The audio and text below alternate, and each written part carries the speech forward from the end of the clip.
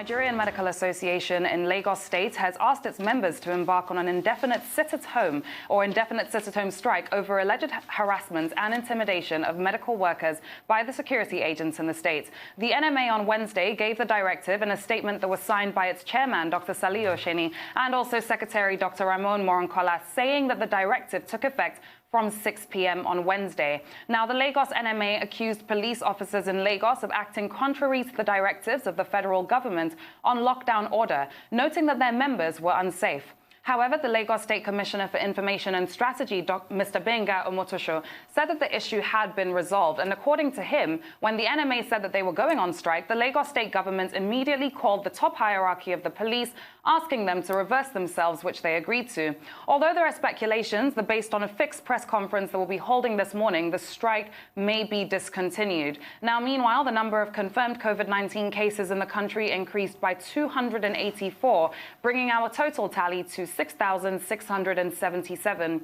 According to the Nigeria Center for Disease Control that released the figures last night, 1,840 patients have now been discharged, and unfortunately, we have lost 200 lives. It's said that out of the new cases, Lagos has recorded 199, followed by Rivers State with 26, Oyo with 19, Borno and the Federal Capital Territory with 8, Plateau with 7, Jigawa with 6, Kano 5, Abia 2, while Ekiti, Delta, Kwara and Taraba have reported 1 each. So, Doctor, I guess we'll start off with the NMA going on an indefinite sit-at-home strike. And this is because of the directive that was then retracted by the police force with regards to the non-exemption of essential workers. Now, this seems like a very proactive rather than reactive response. What if every group of essential workers said that they were going to go on strike over this issue? Now, this is a matter that has been rescinded. And yes, I do agree that the Nigeria police force does owe an apology, but it is the wrong time to go on strike. This is a time for solidarity. This is a time where essential workers are the ones fighting this war.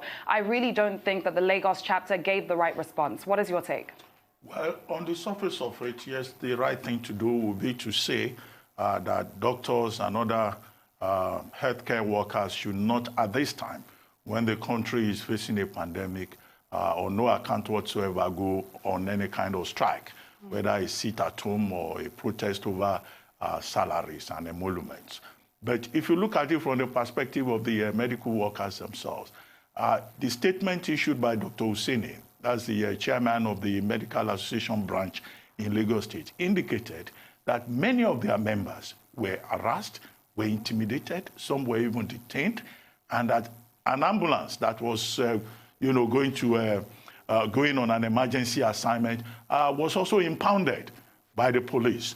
So I imagine that that must have infuriated health workers in Lagos. Hence that statement in which they accused the government and the police of being confused about what the nature of the restriction and the exemption of essential workers is all about. In fact, in the last paragraph, they demanded that they must get a written note, a written statement from the police and also from the Lagos State government, which must also be published in both the social media and the mainstream media to indicate that there is clarity as to the categories of workers that have been exempted from the curfew by the federal government of Nigeria.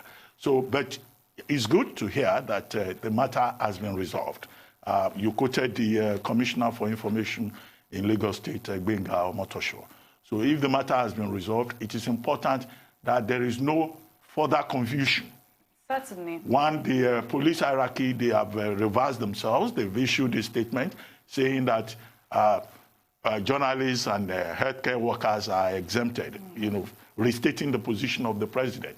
How they misinterpreted the position of the president originally remains, to be unraveled.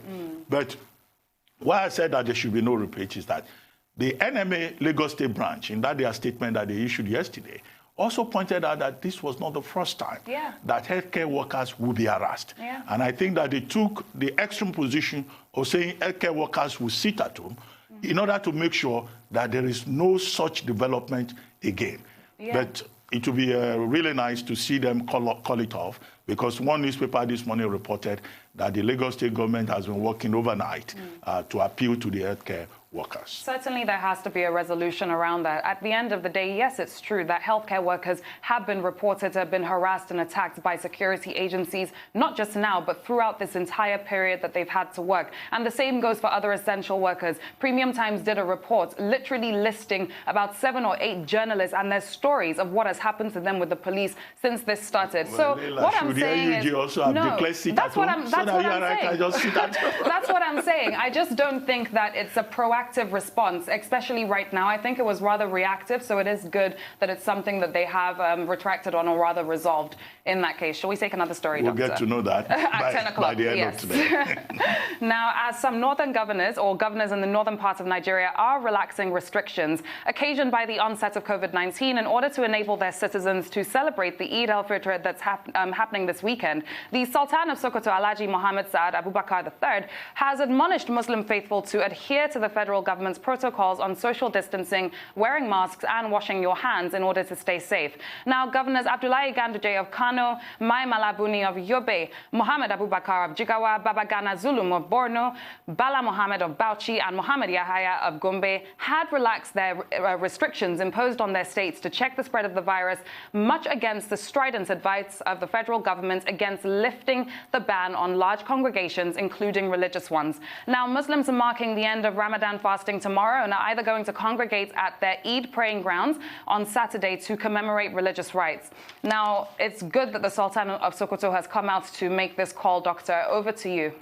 Well, yes, I think the Sultan and the Supreme Council of Islamic Affairs has are both taken an enlightened position to say that these are peculiar times. And the position of the Sultan is that this is not a compulsory religious festival. Yes. Saudi Arabia says, observe your Eid at home. Indonesia has taken the same position. The Muslim Council in the UK has taken the same position. It's only in Malaysia that congregational prayers were allowed from last week Friday. Now, here in Nigeria, apart from the Supreme Council of Islamic Affairs and the Sultan, the Council of Ulamas in Kano State have also said, look, they disagree with the governor who says people should congregate because these are peculiar, uncertain, strange times, and people just must respect that. It's not an erosion of religious freedom. Absolutely. It is just, taking necessary precaution. They went further to say it undermines the purpose of Sharia, but yeah. Leila, we'll take a short break now. That is all on the news headlines. When we return, we'll have our trio, Rota Sodiri, Michael Wilson, and Aaron Akerejola here to give us updates on Africa and global business, as well as COVID-19. Stay with us.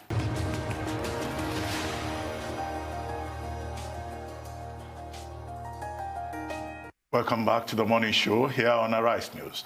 Joining us now with business update is Rotus Odiri, Arise News business analyst. Good morning, Rotus. Good morning, Good to see you. How are you? Yes. So a headline at the top of today's business day indicates that we've hit a 6-year high with regards to the amount of fuel importation that we brought in, 20.89 billion liters for the full year 2019. Now, if you look at the breakdown there, you look at the daily average consumption. If you break that down through a full year, it comes to 57.2 million liters per day. That's a questionable number. Delivery by geopolitical zones, the Northeast delivery, and this is from the Bureau of Statistics. So with regards to the number of trucks and the amount of liters that were delivered to the different zones, Northeast got 1.4 billion liters, the Northwest 3.65, North Central 3.67, the Southeast 2.3 billion liters, South 3.29, the Southwest a gargantuan amount of 6.24. Now, the issue, though, is this. You have to ask yourself, how is it that Nigerians were consuming 57.2 million liters per day of fuel? Because only 8 years ago, I'll never forget this, when I started working at an asset management firm in 2012. My first week, there was no work because Goodluck Jonathan had tried to put in removal of subsidies. The labor union started complaining. My first week of work that week was free because I got a holiday.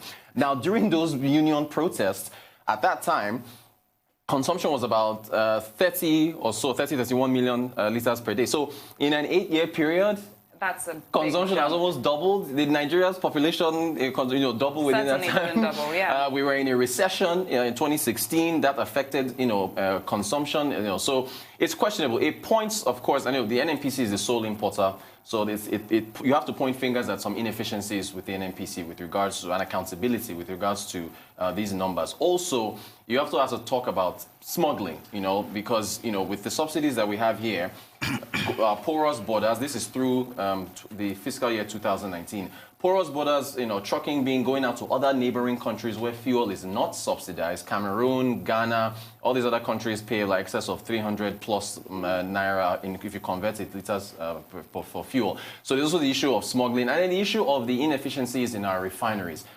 Which contributes to what you're seeing with the inefficiencies with regards to importation of petroleum. And then we're basically exporting jobs, because, and Doctor has talked about this, several times. So that figure is, it's alarming. It's alarming, yeah. and it's something that has to be looked at with regards to how we operate things. And lastly, some will point to the fact that the borders were closed in 2019, but they weren't closed until August. Yeah. So, that's really not going to affect that much. They were still January through July or so for these numbers to really build up. Well, quickly, I agree with you about the figures in terms of what is imported or what is consumed. As at 2016, Nigeria was consuming about 35 million liters per day. And now it's jumped to over 57 million liters per day. And Nigerians have always said, look, these figures may not be reliable. Even international observers have said so. And they trace that to the opacity, of NNPC operations, what you call the inefficiency of the NNPC. The second point is, if you look at the figures provided by the Bureau of Statistics, taken, of course, from the PPPRA, the Petroleum Pricing Regulatory Agency, you will see that the Southwest consumes more, and then followed by the North Central, right? Now, two quick deductions from that. Although there is no breakdown in terms of states, but what I see there is that, yes, Southwest is where Lagos is, the country's commercial capital, and we live here, and you can see really that, Lagos probably accounts for the bulk of the consumption in the Southwest. And then the North Central, the explanation for that will probably be Abuja. Yeah. This is where you have the concentration of, the rich, the bourgeoisie. And that takes me to a point that Mele Kyari, the GMD of NNPC, had made. When he opposed the idea of, when he said subsidy will have to go. Yes. Because the subsidy was being consumed by people, who are the rich, the privileged, and not the ordinary people. Right. When you look at the Northeast, you look at the Southeast in terms of consumption, it's much lower than what you find in the places, the metropolis, Lagos and Abuja. Right. And then the third point is about the refineries. If you add up all those figures, now if the refineries in Nigeria were functioning, would we import so much? Exactly. There is a breakdown of kerosene, diesel, low fuel, and all of that. If our refineries were working, perhaps there would be a reduction, and we will spend less on importation. Right. A period of about 3 years, we spent about 7 trillion, on importation alone, which is wasteful and it's not sustainable. Wasteful. But these figures are alarming. Reuters, thanks for bringing it to our attention this morning, and see you tomorrow. Moving on now for a more global business update. Michael Wilson joins us from London. Morning, Michael. How are you? Morning, fine, thank you. A sort of pullback, really, as far as yesterday was quite bullish as far as the equity markets are concerned. Overnight, Asian worries really. It's balancing, isn't it? Basically, the increased economic effect of the lockdown in various countries actually coming backwards. But still the worries of maybe a resurgence of the coronavirus. Who knows whether there's going to be a second spike. Adding that to the fact that a lot of people are looking towards a key Chinese policy meeting, which is coming up, and there may be some indications of more government help towards the US, the Chinese economy, which would, of course, help a bit of buying from there. Add into that also, this chap is called Robert Redfield. He's the head of the Centre for Diseases Control and Prevention in the United States. This is an exclusive in the FT, and he's saying that there might well be a second spike in COVID COVID-19 in the colder winter months in the United States, it combining with the usual seasonal flu problems that they have. So that's something else to add into the mix. I suspect that might weigh pretty heavily on the US markets today when they open in a few hours' time. Add into that the minutes from the April Fed meeting, the meeting of the Central Bank of the United States. Bankers concerned, obviously, about the whole US economy, also about maybe the level of bankruptcies and things like that. Central bankers very, very concerned about that. Elsewhere, the World Health Organization has been talking about the high that we have at the moment. Number of coronavirus cases hit a record high, not people dying. Let's give them a thought. Let's give their relatives a thought too. No, these are actual cases which are rising too. And so therefore, all in all, stocks in Asia and the bullish feeling that we had yesterday probably is going to retreat a bit. Now, how about a U-turn in the UK? Here's Andrew Bailey, the chairman of the Bank of England, saying that negative interest rates are, this is the quote, under active review. Not that we may do something, but they are under active review. And yesterday, a bit of history, a bond purchase from the UK central government coffers that went onto the market actually went into negative territory. So basically, people were actually paying to buy government bonds. So we're in that sort of feeling of negative interest rates and so on. What does it mean? Why on earth would you buy a bond that actually, why would you pay somebody to buy a bond from them? Well, you might, obviously the yield is not your concern now, it's the eventual price. And if you think that the government is going to pile more money or the Treasury is going to pile more money into the market, then the price of that will rise and you may just have made a profit. The virus is falling in London. We are in this country, and a lot of our European countries too, will be debating the influx of what they call unskilled immigrants. Now, that sounds insulting to immigrants. It's not at all. Unskilled means they're not necessarily Nobel Prize winners. What these are people who we need and other countries in Europe need in this agricultural season coming into the summer to actually pick our agricultural produce. Nobody in this country wants to do it, so we rely on unskilled immigrants to do that. We welcome them with open arms, but of course they're not coming because they're in lockdown. So that's something to think about too as well. Now, here's the thing. Traders are on what they call risk-on territory right now. Copper has gone up. I was saying to you last week, you should watch the price of copper. It's a very, very good indicator of where people think economies are actually going. But nevertheless, people got into copper, not necessarily for that reason. They got into copper because they're going into precious metals and so on. Oil too is coming up. Again, we've spoken on this program before about the mixed messages coming out of the market.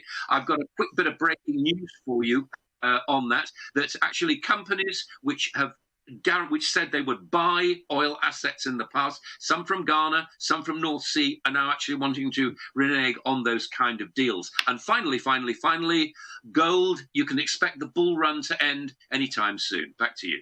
Michael, as always, thank you very for much, these Michael updates. Wilson. Yep. And now for COVID-19 updates for today, Aaron Akerejola joins us in the studio. Morning, Aaron. How are you? Good morning, Leila. Good morning, Doctor. And as we look at the world figures for this morning, let's actually just put it parallaxing with what has been happening. Of course, the figures have actually crossed 5 million as of this morning, and that's the actual figure. The 5,561 confirmed cases globally for COVID-19, with a recorded death of 328,191.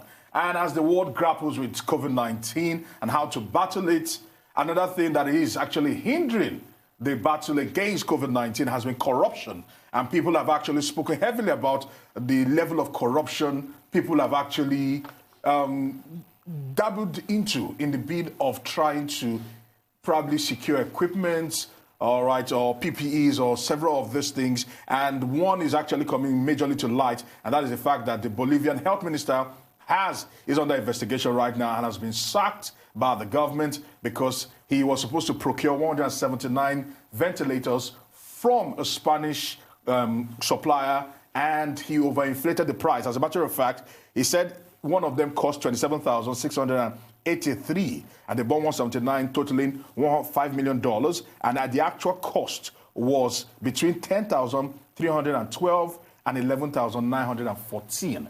So the Bolivian health minister has been talking about, that's the man's picture, Marcelo Navas, he's under investigation right now and has been sacked, and some others. Well, I don't think we have more time to deal with this, but yesterday we had the highest spike globally, according to the Director General of the WHO, 160,000 cases in just 24 hours. Yes. And he says, although we have about 158 countries, over 150 countries affected, 4 countries account for more than 2/3 of the cases of COVID-19 we have in the world. But he didn't identify those 4 countries. But of course, you can see that the highest numbers are from US, Russia, UK, and Brazil. Aaron, thanks for this morning's updates, and we'll see you tomorrow.